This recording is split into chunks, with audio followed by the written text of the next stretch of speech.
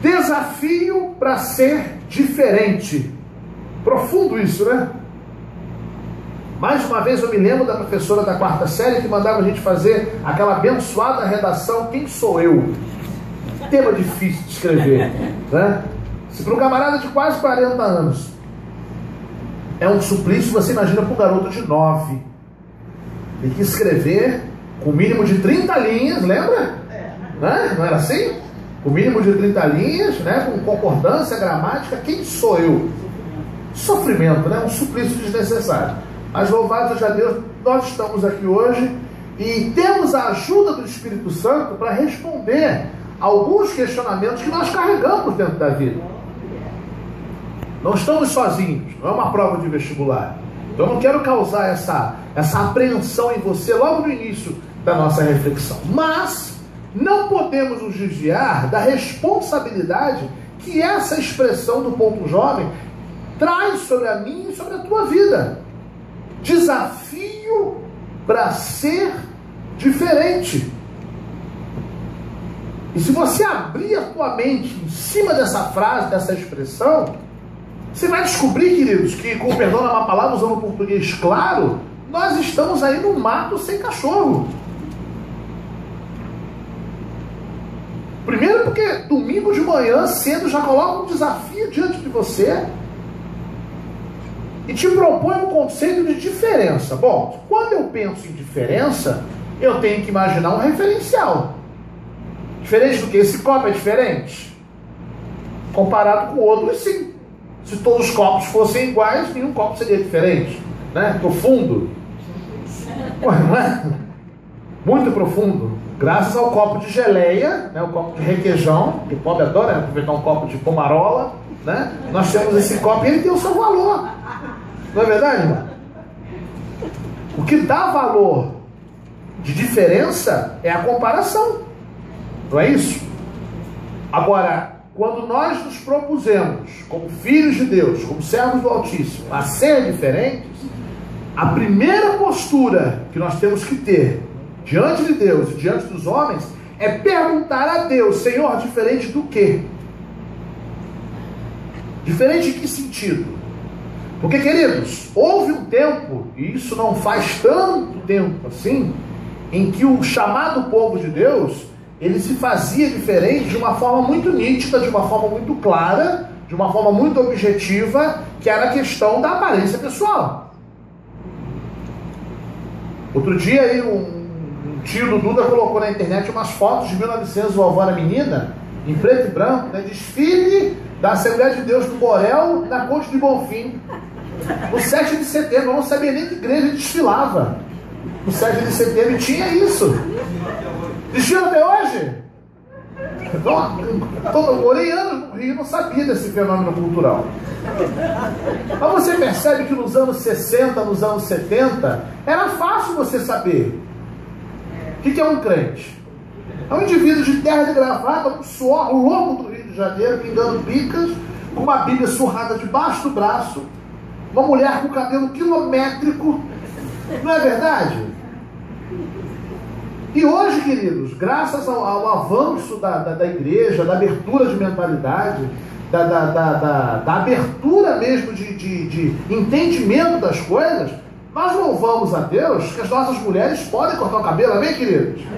Você pode cultivar o cabelo do tamanho que você quiser. Se quiser arrastando no chão, amém. Se quiser curtinho, amém. Careca, amém. Deus não está olhando isso, não é verdade? Graças a Deus, no calor como está fazendo hoje, nós temos um ar-condicionado aqui, mas eu não preciso estar engravatado, né, para ser ouvido. Eu não preciso estar com uma Bíblia tradicional debaixo do braço, né? Minha mulher agora adotou o celular, nunca mais carrega a Bíblia. Impressionante isso. Não enxerga, mas é braille. Ela passa o dedo lá, a letrinha é desse tamanho. Você percebe? Hoje em dia, o ser servo de Deus, o andar com Deus, não se trata mais de uma questão externa. Não se trata mais de uma questão cultural, de tamanho de cabelo, estilo de roupa, linguajar. Hoje existe gente servindo a Deus em diversos formatos, em diversas cores, em diversos padrões, em diversas linguagens, em diversas visões. quantidade de igreja nova que a gente vê no Rio de Janeiro não está no gibi. Cada vez que eu venho é uma surpresa. Felipe pegou a gente no aeroporto na sexta-feira e no trajeto eu tentei contar, mas não dava. Primeiro que ele não para de falar, né? Ele fala mais que o homem da cobra, né? Uma companhia assim extraordinária. O bicho tem assunto. Mas isso é bom, gosto de gente que fala. E outra, é muita novidade para me contar. E outra, queridos, que a quantidade de visões, a quantidade de missões, a quantidade de portas que se abriram para pregar o Evangelho, de certa forma, irmãos, isso é saudável. Agora, a minha grande preocupação é o quanto nós ainda conseguimos carregar da essência desse Evangelho. Que não está condicionado, queridos, ao tamanho do cabelo, que não está condicionado ao estilo de roupa, que não está condicionado ao jeito de falar, mas está condicionado a uma vida particular, íntima e pessoal com Deus.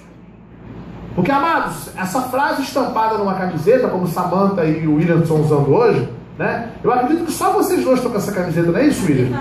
Você pode vir aqui, William, por gentileza? Para sentar para a tua esposa que está na cadeira 12, não precisa se levantar, não. Fica de pé um pouquinho aqui de costas para a igreja. Olhando para mim. Só para vocês verem a frase. Isso é um uniforme. Não é? Qual é o papel de uniforme numa corporação? É uniformizar. É dar um perfil igual para todo mundo. Deus abençoe. Já deu para eles ver. Obrigado. Estou constrangido. Pode desse tamanho me olhando depois. O que você quer? Agora, o grande desafio, e aí eu me prendo à palavra desafiar do tema, é eu levar essa frase, essa expressão, para o lado íntimo e pessoal. E pessoal, ou seja, é comigo a coisa. A conversa é com o Maurício. A conversa é com a Irá, é com o Duda, é com a Patrícia, com o João, com a Maria, com o José, com a Cláudia, com o Pedro. É com cada um de nós. Deus coloca diante de nós um desafio em prol da diferença. E a nossa primeira postura nessa manhã, queridos, é perguntar para Deus: Senhor, diferente do quê? O que o Senhor espera de mim? Que mudança é essa? Abra sua Bíblia comigo, sentado como você está, na carta que o apóstolo Paulo escreveu aos Romanos, 5º livro do Novo Testamento. Mateus, Marcos, Lucas, João, Atos, Romanos. Capítulo de número 12. A minha versão é a nova tradução na linguagem de hoje. Eu acredito que nós temos outras traduções aqui, não é? Então, Romanos, capítulo 12, querido, não 5.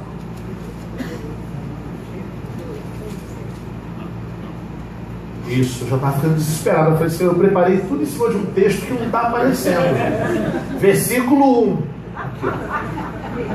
Selmo, querido, um grande abraço. Fico feliz de te ver aqui, amém. Olha aí, ó, mais feliz agora.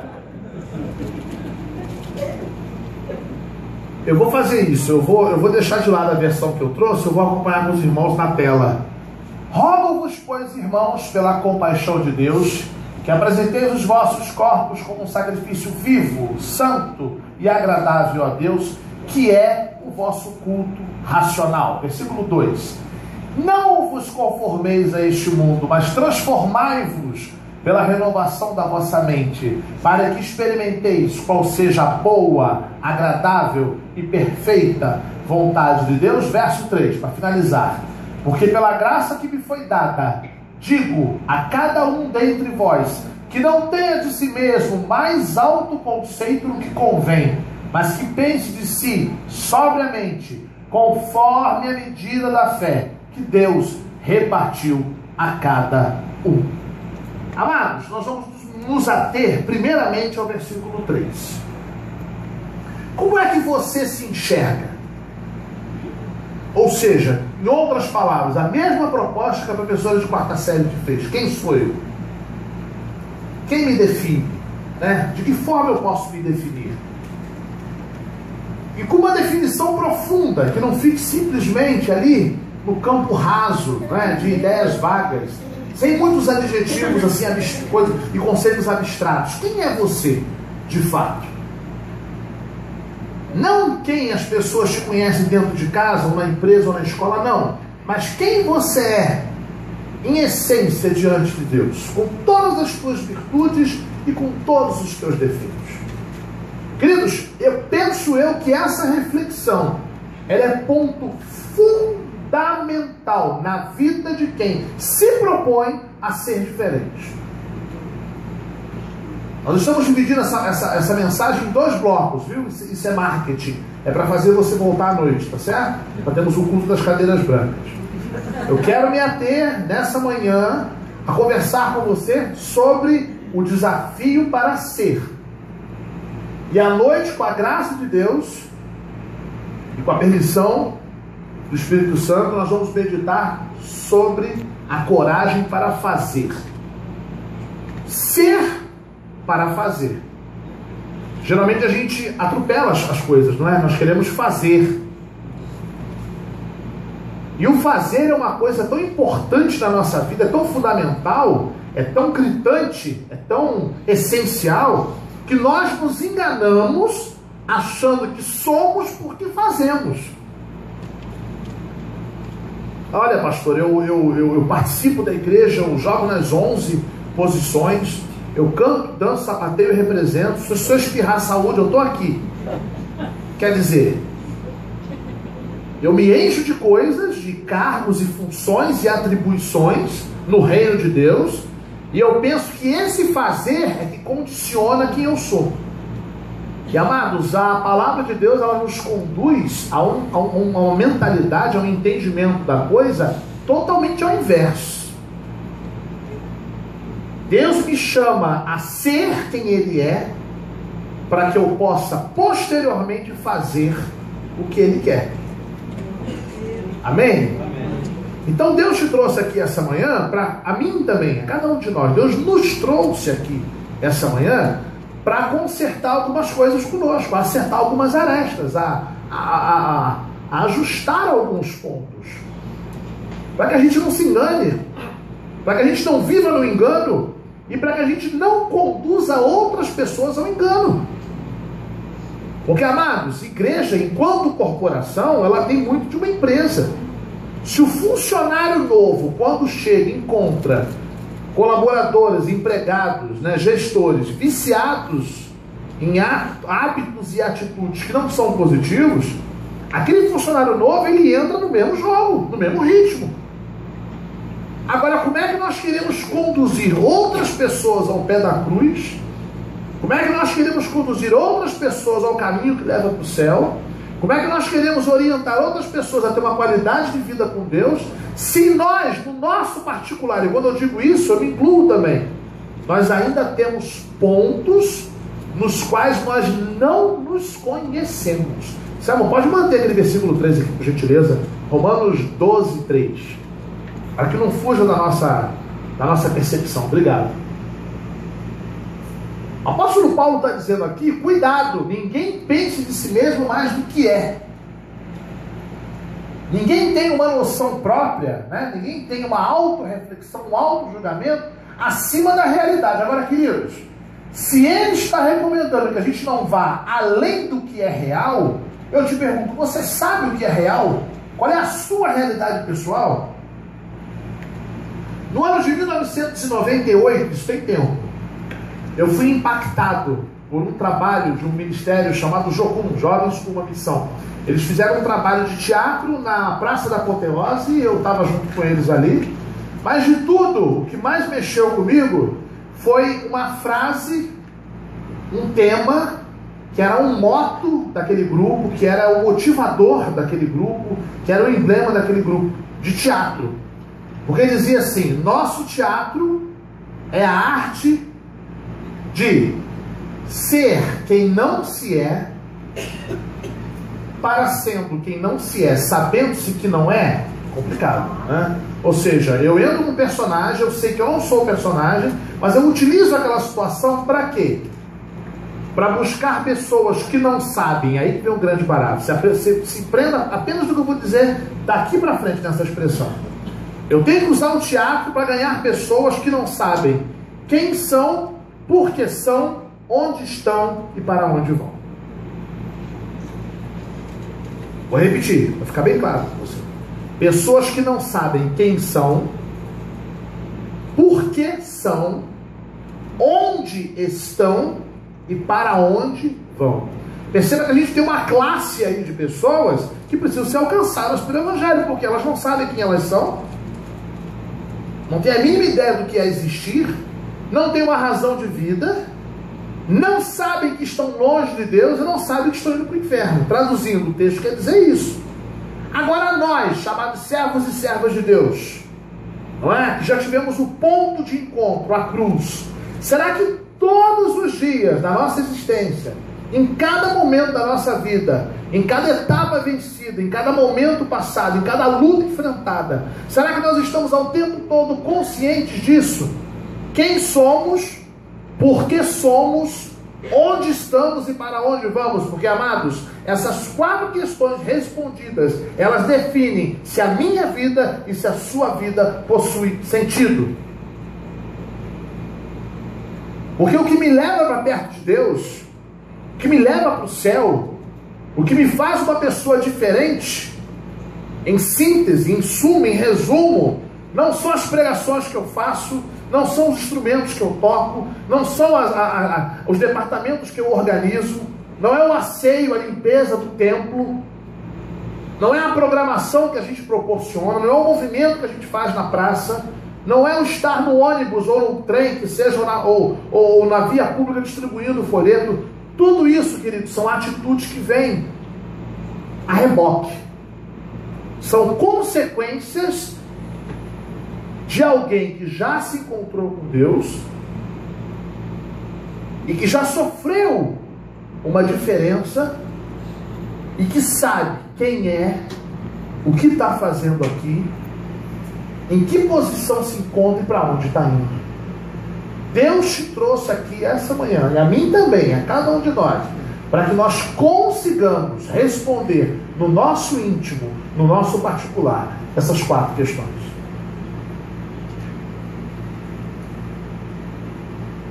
Quando a expressão fala desafio para ser diferente, é porque as massas estão cada vez mais padronizadas e massificadas. Você olha para um grupo de adolescentes no shopping, eu não sei se no Rio tem disso, mas em Piracicaba já existe o fenômeno, né, do rolezinho.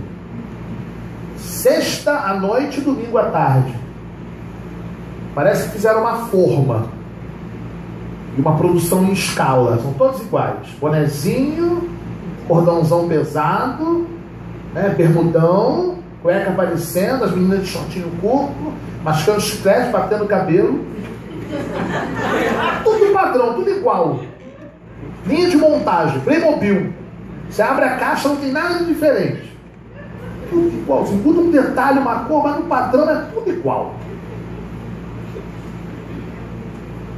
E aí você vai numa academia, o fenômeno é o mesmo. Sarados, suados, descolados, fazendo carão. Tudo igual, é massa. Aí você olha daqui de cima, tudo igual. Todo mundo diz amém, todo mundo diz glória, todo mundo dá risada, todo mundo faz assim. Tudo igual, amados.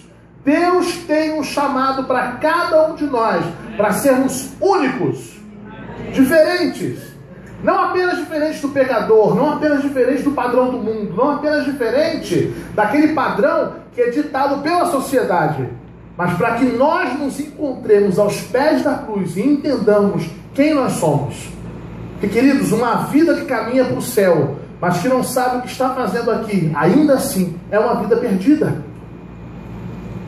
Você pode ter ganho a eternidade, isso ninguém vai tomar de você. Teu nome está escrito no livro da vida, Deus não usa link paper para pagar. Mas você pode estar vivendo nesse mundo uma vida sem sentido, massificada e inconsciente, porque você ainda não se encontrou. Qual é o seu papel? Qual é a sua posição? O que é que você está fazendo aqui? E eu volto a dizer, o teu papel, a tua função, a tua razão de existir, não pode estar ligada àquilo que você sabe ou faz.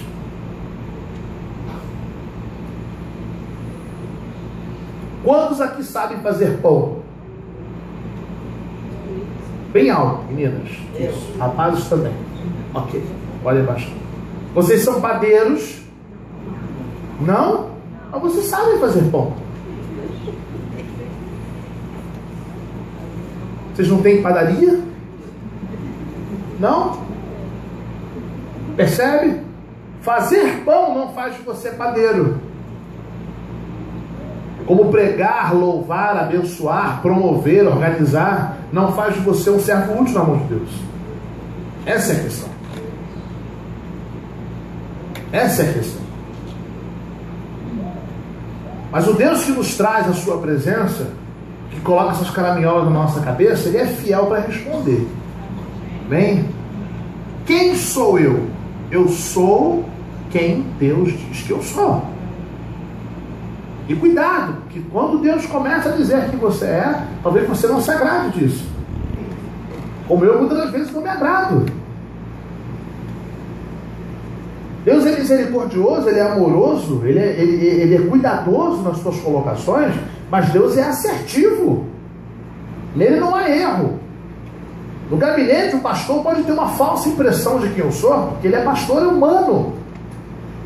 Num consultório, um psicólogo, um psicanalista, um psiquiatra, um especialista que for, pode ter uma visão distorcida de mim mesmo, porque ele é apenas um profissional, com uma formação acadêmica, um pouco de experiência da vida, mas que olhando para mim, ele pode ter uma visão o quê? Equivocada. Mas Deus nos trouxe aqui hoje com a seguinte proposta, e Ele diz: eu posso te dizer quem você é. Eu posso te confrontar com um espelho nítido de quem você é.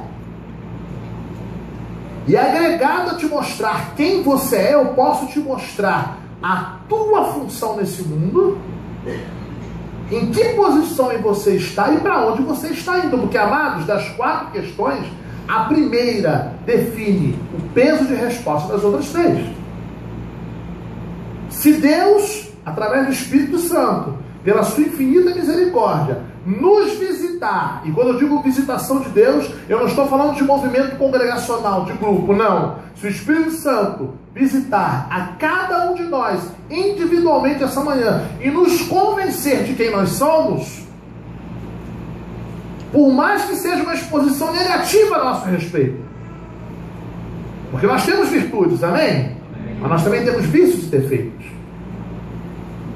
E quando Deus nos confronta com isso, Ele faz em amor para quê? Porque Ele quer nos dar resposta para as 3 outras questões. Ele quer dar sentido para a nossa vida, Ele quer mostrar a posição que nós temos no reino, e Ele quer nos mostrar para onde é que nós estamos caminhando.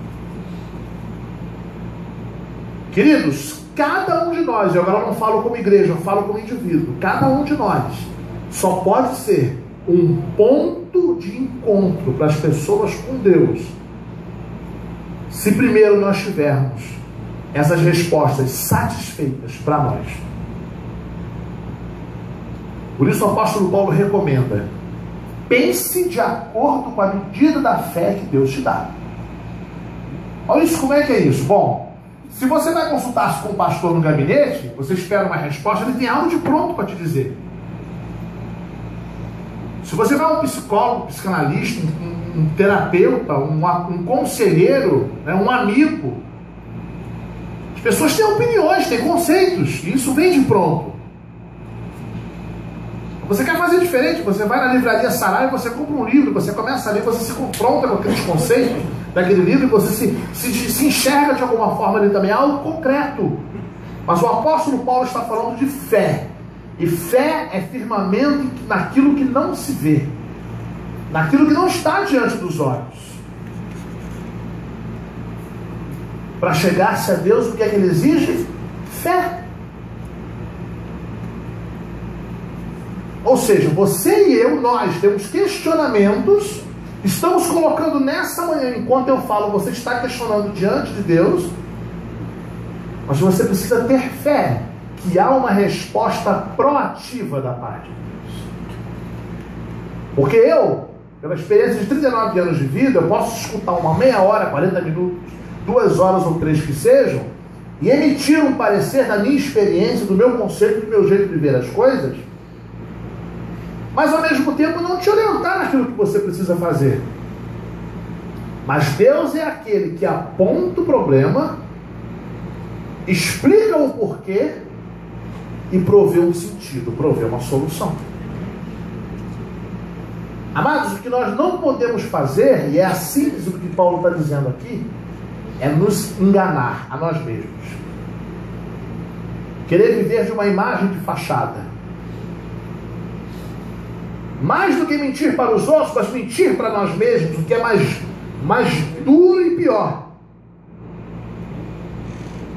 Porque alguém pode viver uma vida de fantasia para os outros e sustentar isso por 30, 40, 50 anos, já é uma perda considerável. Agora, pior é aquele que não tem uma noção exata sobre quem seja e mente para si mesmo. A proposta do Espírito Santo para nós nessa manhã, segundo o tema que foi proposto pela direção dos jovens, é um desafio para ser diferente. Agora eu me antecipo a dizer que ser diferente é um prato pesado demais para quem ainda não sabe quem é. Portanto, eu não quero nessa manhã promover um apelo emocional aqui e trazer você à frente e impor as mãos sobre você e profetizar que haverá diferença na sua vida, quando na verdade você ainda não tem uma noção de quem você é no plano de Deus. Deus te trouxe aqui e tem te trazido todos os dias que você vem a esta casa para que você se entenda mais. Há propósitos claros na existência de uma igreja: pregar o Evangelho, prover um espaço para louvor e adoração, compartilhamento de experiências, não é verdade? Apoio mútuo. Mas, amados, há um propósito ainda escondido que muita gente não se dá conta. É que Deus nos traz aqui individualmente para nos tratar,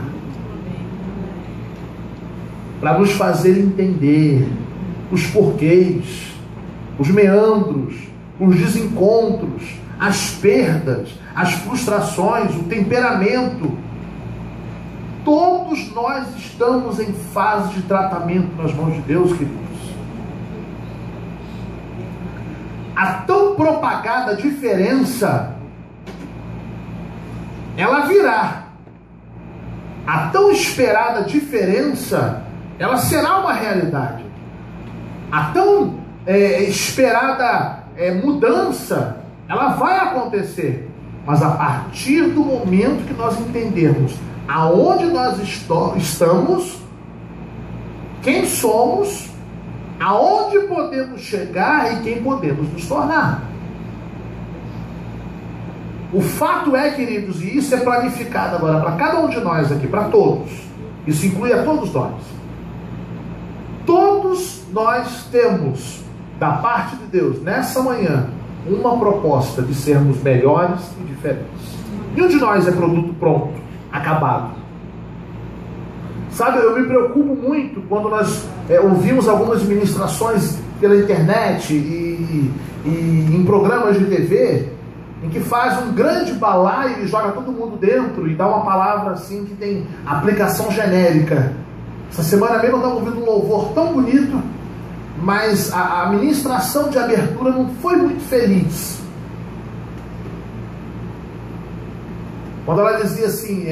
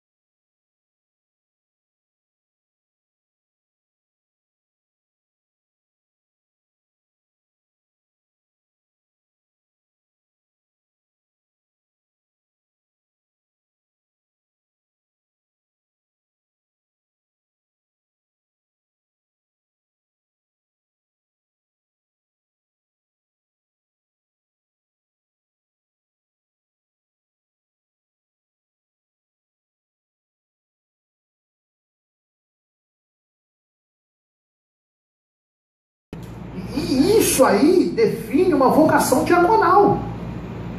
Tem gente que vai terminar 90 anos na igreja sem ser consagrado pastor e não se frustre por isso, porque Deus te chamou para o diaconato. Diaconato é serviço e isso é precioso aos olhos de Deus. Queridos, em suma, o que nós precisamos entender é que no plano de Deus, naquilo que Ele estabeleceu para cada um de nós, Ele nos enxerga interligados. Ele nos enxerga trabalhando mutuamente uns com os outros, resolvidos, satisfeitos, bem enquadrados, com sentimento de utilidade. Agora, eu não posso querer preencher um vazio existencial com atividade. É nesse ponto que eu quero me ater. É um engano.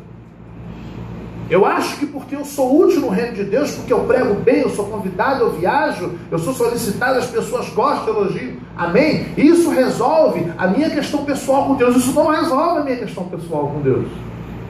O Maurício, todos os dias, precisa se colocar diante de Deus para entender quem ele é, o que está fazendo aqui, em que posição ele está e para onde ele está indo. E amados, se a proposta da igreja é dar sentido à vida das outras pessoas, a igreja precisa ser formada por pessoas que estão caminhando em busca do seu próprio sentido.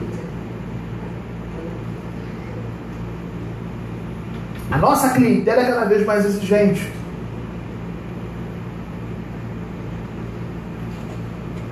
Eu acredito que um folheto entregue com fé, com a expressão Jesus te ama, pode mudar uma vida da pessoa. Eu creio nisso, eu já vi.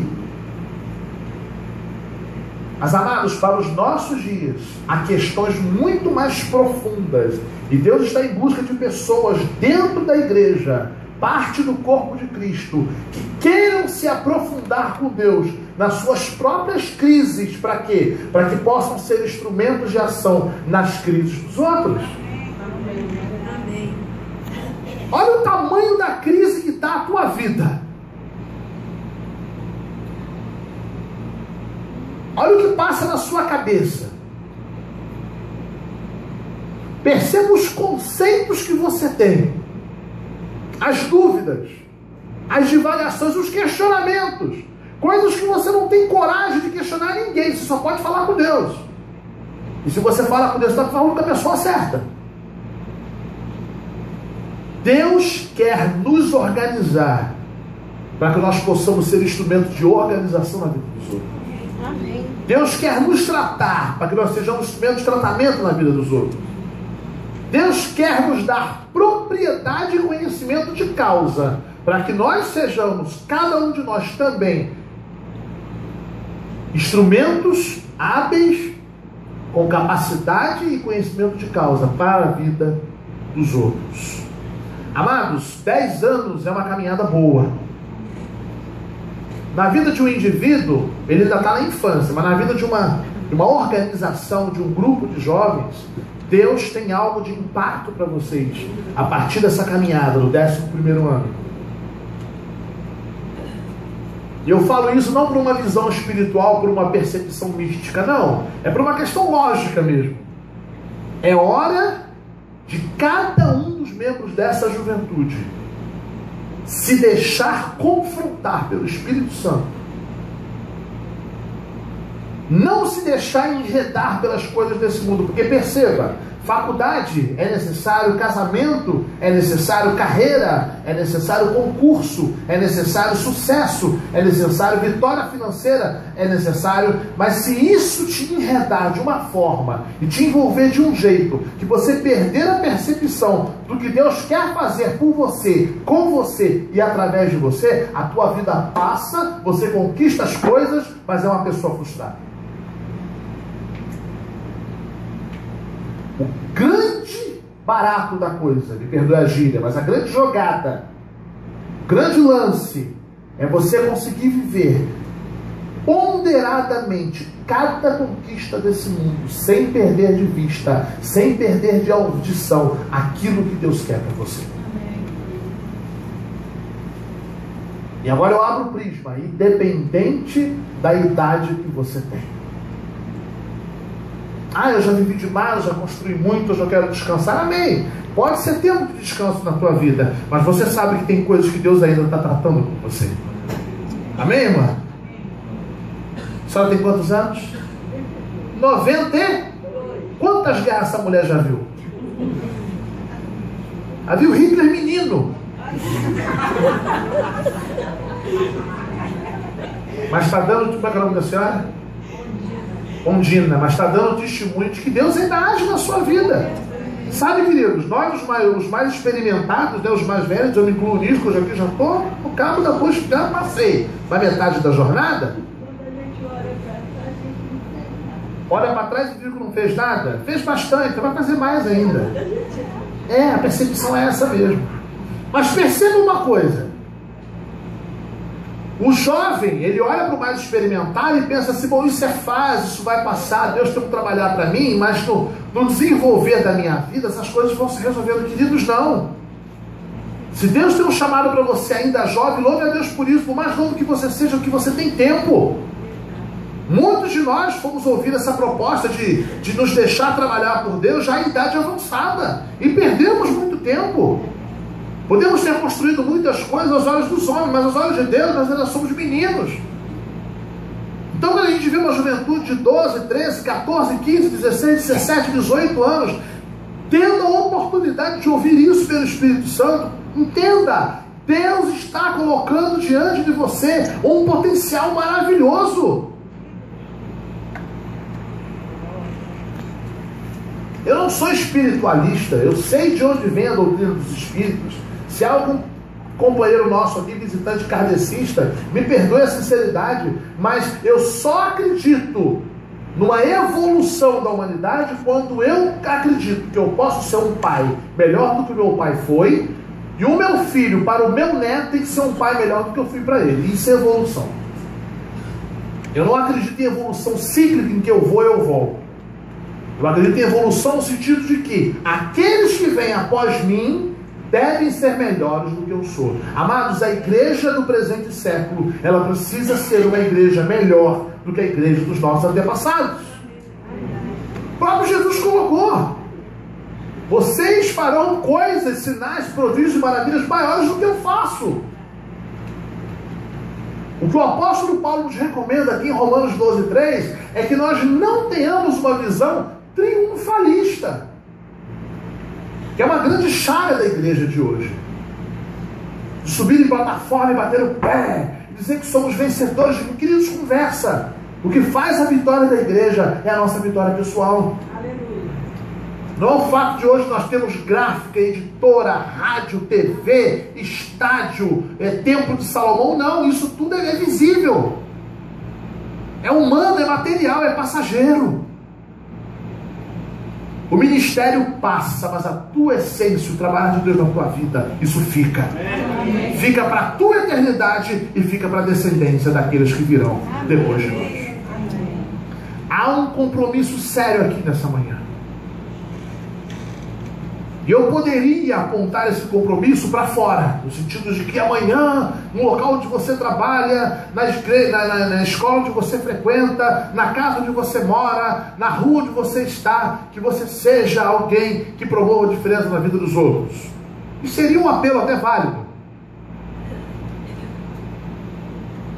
Mas, amados, o Espírito Santo de Deus me constrange nessa manhã, a mim, ao meu individual, ao Maurício, que está aqui diante de vocês, a realidade de que eu preciso ser diferente, sim, comparado ao padrão que Deus tem para mim. Eu preciso me diferenciar, sim, mas antes de pensar em me diferenciar do outro, lá fora, que vive no pecado, que ignora o Evangelho, que não crê no poder de Deus, eu preciso me colocar nas mãos daquele que estabelece os padrões, para entender em que nível eu estou e no que é que eu ainda preciso mudar. Isso não se resolve com um apelo, isso é coisa que se resolve todos os dias. Tantos anos mais o Senhor conceder, irmã Ondina, Ele continuará agindo e aprimorando na vida dela. E isso se aplica à minha vida, à tua vida, à vida de cada um de nós. Como o próprio nome do tema já diz, é desafio. Não é algo natural. Ninguém precisa mandar você respirar. Isso é natural. Não é verdade? Respira. Normal. Não é? Natural. Doeu? Necessário. Não é? Mas há coisas necessárias na nossa vida que são dolorosas, mas também são opcionais. Você está pronto para ouvir o que é que Deus tem a dizer a teu respeito? A meu respeito? Será que eu estou pronto para ouvir? Será que eu quero ouvir?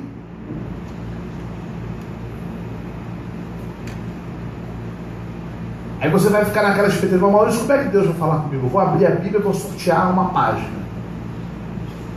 Vou ligar o rádio, o primeiro hino que eu ouvi. Eu vou sair na rua, é a primeira pessoa que falar comigo. Deus tem formas de fazer. Mas eu penso que a melhor forma de Deus falar conosco é Deus primeiro nos ouvir. Eu quero terminar a mensagem dessa manhã desafiando você a fazer algo diferente, já que o tema diz que é um desafio para ser diferente. Deus sabe quem você é. Deus sabe dos teus caminhos. Deus conhece as minhas atitudes, os meus sentimentos e as minhas intenções melhor do que qualquer pessoa que possa conviver comigo. Mas ainda assim Ele quer ouvir de mim. Sabe, é como você ter um amigo muito próximo e você sabe pelos outros que ele está bem, que ele casou, que ele construiu família, que ele tem profissão e tem filhos. Mas você quer ouvir dele. Me disseram que fulano está bem, mas eu queria que fulano chegasse para mim e colocasse. Ou por outro lado, você tem um amigo muito querido, muito íntimo, muito próximo, e você ouvir por terceiros que aquela pessoa não está bem, está mal, está passando dificuldade, está deprimida, mas ela não foi capaz de ligar para você para pedir socorro. Isso me dói. Poxa, nós somos tão próximos. Quer dizer, eu sei pelos outros. É o sentimento que Deus tem quando nós não nos abrimos com Ele, quando nós não o procuramos. E é esse desafio que eu quero fazer para você nos últimos minutos que nós temos nessa manhã. Mais uma vez, desligue-se de tudo e de todos. Esqueça que você vem acompanhar. Gaste este tempo com Deus. Gaste esse tempo com Deus, colocando para Ele o que é que ainda te incomoda. Se você já me ouviu pregar outras vezes, você pode notar que o final parece o samba de uma nota só. Nós sempre chegamos nesse ponto aqui. Se você já me ouviu pregar em outras situações, sobre outros temas, você vai perceber que nós chegamos num ponto em que a proposta é a mesma. E não tem como ser diferente disso, porque é o que o Espírito Santo está pedindo da igreja. É mais contato pessoal com Ele. Você pode vir de quinta e orar junto, amém, é de Deus. Você pode vir de domingo e congregar. Você pode vir de sábado e se ajuntar, e estar junto, e ir no movimento da multidão, mas nada disso substitui o teu encontro e o teu contato pessoal com Deus. Portanto, o que eu estou te propondo nesse minuto final dessa preleção não é uma coisa mística, extraordinária, uma coisa simples, é que você coloque para Deus o quanto você ainda precisa se entender. Pode falar com Deus já. Pode orar.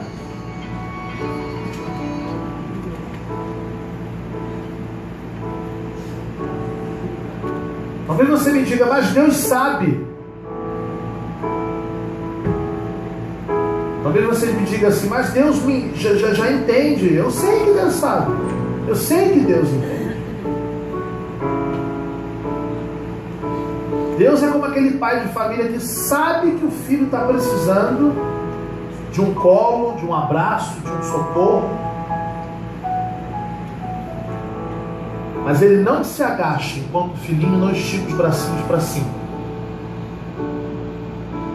Na vida, em tantas situações, nós somos assim. Como crianças dentro de um berço, embrenhado em um sol, travesseiro, e aquela situação parece que não vai se resolver, e você não sabe nem por onde sair dali. E você geme, você chora, mas quando você levanta os braços, tem um Deus de braços estendidos para te levantar, para te sustentar. Deus, em nome de Jesus. Pai, a minha palavra nessa hora é de louvor e agradecimento ao Teu nome, de agradecer-te, ó Pai, por ter nos trazido aqui para nos tratar. Para que, ó Deus, nós tenhamos a ideia de prioridade, de que antes de fazer para o Teu reino, nós precisamos ser, e ser na medida do que o Senhor quer fazer de nós. Senhor, nós por vezes não entendemos as nossas imperfeições, as nossas fraquezas, nosso temperamento. Por vezes nós não entendemos as nossas paixões, as nossas tendências, as nossas inclinações, ó Deus, os nossos tropeços. Pai, mas tudo isso nas Tuas mãos é matéria-prima para nos fazer de acordo com o que o Senhor quer. Portanto, ó Deus, se nós temos um pedido a te fazer nessa manhã, é que longe de nós, ó Deus, qualquer percepção falsa a nosso respeito. Senhor, nós queremos abrir mão de máscaras, de personagens, de posturas, ó Pai, puramente físicas, puramente visuais, puramente fora de contexto. Senhor, nós não estamos mais satisfeitos em achar, nós queremos ter certeza. Pai, nós não queremos mais ter uma vaga noção de quem nós somos, nós queremos ter a exata medida de quem somos e o quanto isso te agrada ou não. Senhor, nós temos líderes espirituais que nos orientam, nós temos a Tua palavra diante de nós, mas nessa hora nós nos apegamos ao que há de mais precioso para a nossa vida, que é a Tua presença e a voz do Teu Espírito em nós. Senhor, mais do que os nossos líderes, mais do que a palavra que já foi revelada, Senhor, fala no nosso íntimo. Deus, pela Tua infinita misericórdia, nos ajuda para que nós sejamos pessoas moldadas, ó Deus, ó Pai, formatadas de acordo com o Teu querer, não acomodadas ou no formato que o mundo nos oferece ou que a própria comodidade nos oferece. Porque, ó Deus, até a percepção de que só o pecador está longe de Ti é falha. Porque nós que somos lavados, remidos, salvos, escolhidos, selados para a eternidade, por vezes, ó Deus, por descuido nosso, nós nos afastamos de Ti. Nos afastamos, ó Deus, da percepção daquilo que o Senhor tem para nós. Nos afastamos, ó Deus, do entendimento daquilo que o Senhor quer de melhor para a nossa vida. Senhor, muitas vezes o Senhor tem ouvido a nossa oração nesse sentido. E nessa manhã, meu Pai, não é diferente. Porque nós estamos incomodados, ó Deus, em satisfazer a Tua vontade de uma forma mais plena. De estarmos, ó Deus, mais conscientes e inteiros na Tua presença. De nos desenrolarmos, ó Deus, das questões e atividades do dia a dia, para guardar essa intimidade contigo. Senhor, de nada adianta nós ganharmos o mundo se nós perdermos a nossa alma diante de Ti. E a perda da alma, Pai, não está somente ligada a ir ou não para o céu. Nós queremos ter, ó Pai, a ação do Teu Espírito nas nossas vidas todos os dias. Nós queremos provar, ó Deus, o sabor dessa transformação, dessa diferença, nos pequenos aspectos da nossa existência, ó Deus. No nosso modo de falar, no nosso modo de agir. Senhor, tem misericórdia de nós, nas nossas falhas, nas nossas imperfeições. Pai, nós não temos prazer nenhum em contradizer a tua vontade, de sermos rebeldes diante de ti. Mas nós precisamos, ó Deus, da ação do teu Espírito para te agradar. Até para isso, ó Deus, nós somos totalmente dependentes de ti. Senhor, que cada um de nós saia daqui esta manhã aceitando o desafio de ser diferente, mas entendendo que o padrão de diferença quem estabelece é o Senhor. Não é a moda, não é a onda, não é o grupo, não é o conceito, não é o sistema, mas o padrão vem de ti. Senhor, andar na contramão do mundo é consequência quando nós sabemos em quem temos crido, de quem fomos criatura, quem advoga a nosso respeito e quem tem o maior interesse que a nossa vida não se perca. Senhor, que essa palavra também ela não venha se perder. Que essa palavra ela crie eco dentro de nós. Que nós possamos ser confrontados por ela, pelo poder do teu Espírito, em cada momento crítico da nossa vida. Que nas dores, que nos momentos de luta, que nas horas de fraqueza a gente possa se lembrar que o teu trabalhar em nós é para o nosso melhor, é para a salvação das nossas almas, é para a conservação do teu Espírito que habita em nós, é para o selo da eternidade. Senhor, há um propósito maior do que viver nesse mundo. Nós queremos viver confiados nesse propósito. Que isso nunca se arrebate das nossas vidas. É a oração que a ti fazemos, em nome de Jesus. Amém. Amados, essa palavra ela não termina aqui. Ela tem uma extensão e nós queremos de coração ter você de volta hoje às 19 horas nesse mesmo local. Nós vamos estar juntos louvando a Deus, agradecendo por aquilo que Ele faz nas nossas vidas, mas ainda sendo tratados por Ele, viu, queridos? Há mais do que o Senhor quer fazer por nós, mais do que uma manhã, mais do que uma noite. Deus tem diante de nós toda uma vida de tratamento. Amém? Que Deus a cada um de nós abençoe, em nome de Jesus.